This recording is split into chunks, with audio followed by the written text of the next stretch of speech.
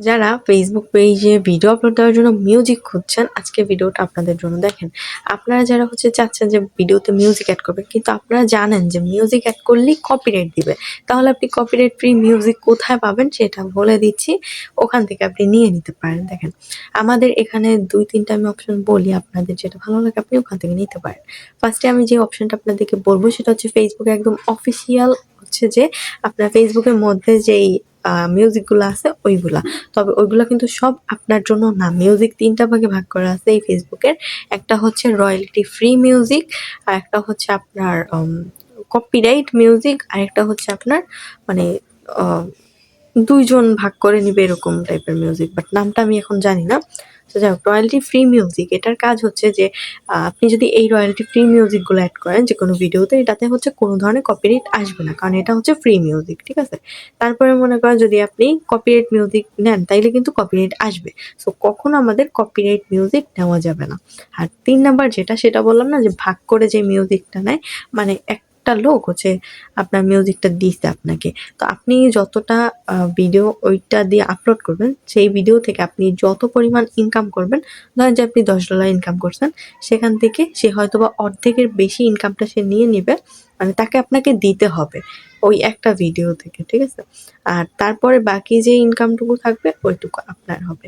তবে আমি মনে করি যে এটাও একটা বোকামি হবে। কারণ আপনি একটা ভিডিও কষ্ট করে আপলোড দিচ্ছেন, এখন ফেসবুকে তেমন একটা ইনকামও না। এখন আপনি যদি তার ভিতরের অর্ধেকের বেশি পেমেন্ট হচ্ছে একটা মাত্র গানের জন্য আপনি অন্য কাউকে দিয়ে দেন। ফুল ভিডিওটা আপনি বানাইছেন, আপনার বহুত কষ্ট গেছে ভিডিও বানাইতে।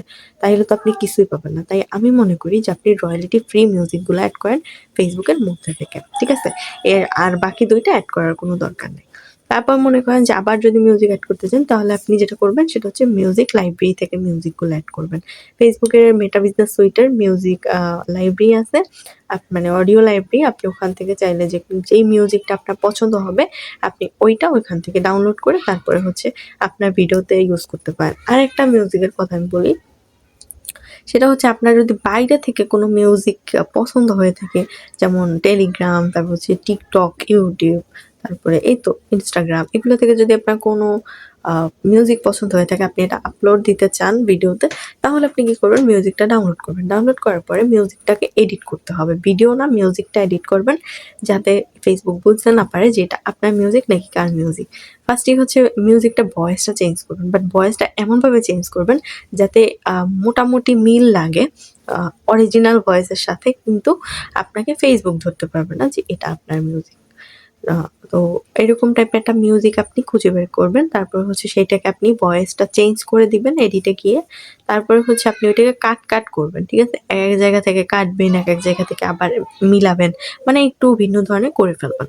অনেক ধরনের এডিট আছে। তারপর আপনি ইফেক্ট গুলা তারপরে পাল্টে দিবেন। তারপর মিউজিক আরো অনেক কাজ আছে। তো ভালোভাবে এডিট-মেডিট করে তারপরে আপনি ওইটা আপনার ভিডিওতে ইউজ করেন। কোনো ধরনের কপিরাইট আসবে না। ঠিক আছে? এগুলা হচ্ছে নিয়ম। তো যাই হোক, আজকে ফুল ডিটেইলস বলে দিলাম। এইভাবে আপনারা চাইলে মিউজিক এড করতে পারেন। আল্লাহ হাফেজ সবাইকে আজকে ভিডিওটা দেখার জন্য। ভিডিওটা অনেক ইম্পোর্টেন্ট, তাই অবশ্যই ভিডিওটা শেয়ার দিয়ে দেন। আল্লাহ হাফেজ।